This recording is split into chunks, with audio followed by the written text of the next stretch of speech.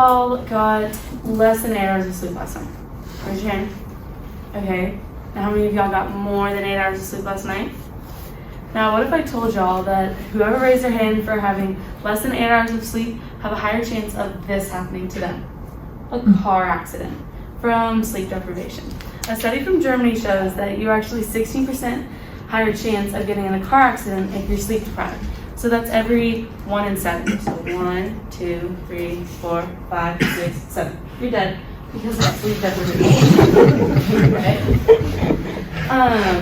And then here's another one. So how many of you think that you have a higher chance of getting an accident from drunk driving or sleep deprivation? Drunk driving, not as in completely drunk, being like a little bit tipsy, or rather running on like 2 to 3 hours of sleep.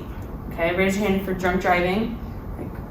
Raise your hand for sleep deprivation. Right, so they're actually equal, the chances of those happening, because whenever you're sleep deprived at night and you're driving, all of your systems are down, like your motor, your function, all of those are more likely to be tired because you just want to sleep while you're trying to stay awake and stay in between the lines.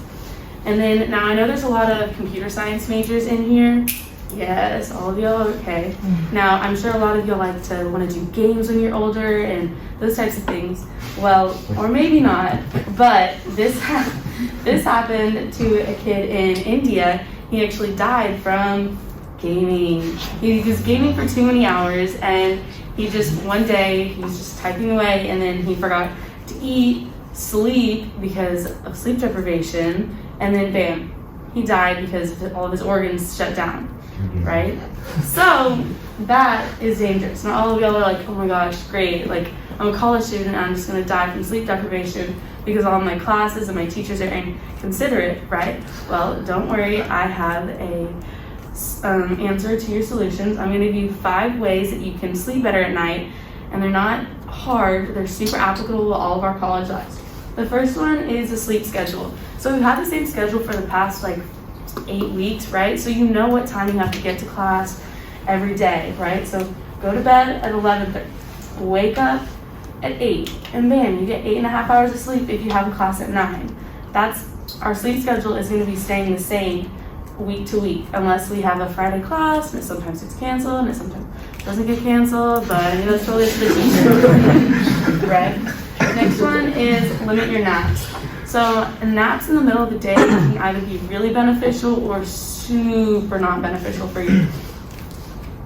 you. A power nap, a 30-minute power nap is proven to be super beneficial for everyone because it like just restarts your system and you can go for the rest of the day, right? Which is like 10 to 20 minutes long. But a 3.5-hour nap just from in that middle block of your day will really mess up your body because you're like, oh great. Well, now my body's like, okay, I usually get 3.5 hours of sleep at night, so I'm just getting 3.5 hours of sleep now, and then whenever you go to bed at night, your body's not gonna be tired. So that's not really helpful. Your next one is a dark, cold, quiet room. So most of y'all live in like Collins or Penland, which is kind of hard sometimes maybe to get the AC cranked down, right? But what you can control is you can control dark, try to get blackout curtains. Quiet, you can wear earplugs. Cold, you can, I'm not really sure how the AC system works, but try to crank it down as much as you can. So try to sleep in as light clothes as possible.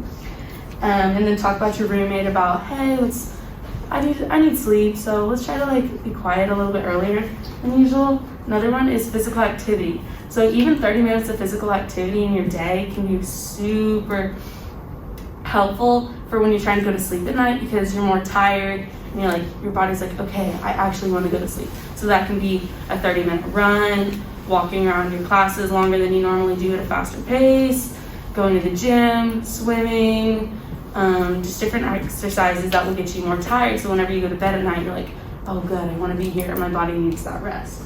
And then the last one is avoid phone use before bed. Of course, everyone's heard that. I saw some eyes looking around like, no, I have to answer that Snapchat before I go to bed. Like, that's a must. Well, here's my proposal. So everyone here has class and schoolwork that they have to do, right? Well, do that before you go to bed so that you're more likely, like reading, I have English classes, and reading makes me tired, or I just hate doing it and I get bored of it. So before earlier or later, you're going to be like, okay, well, I'm done reading. And then you'll fall asleep studying. So, thank you.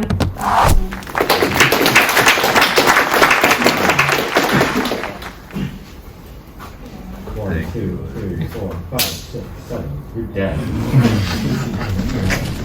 That was amazing. I love that. This dude died game.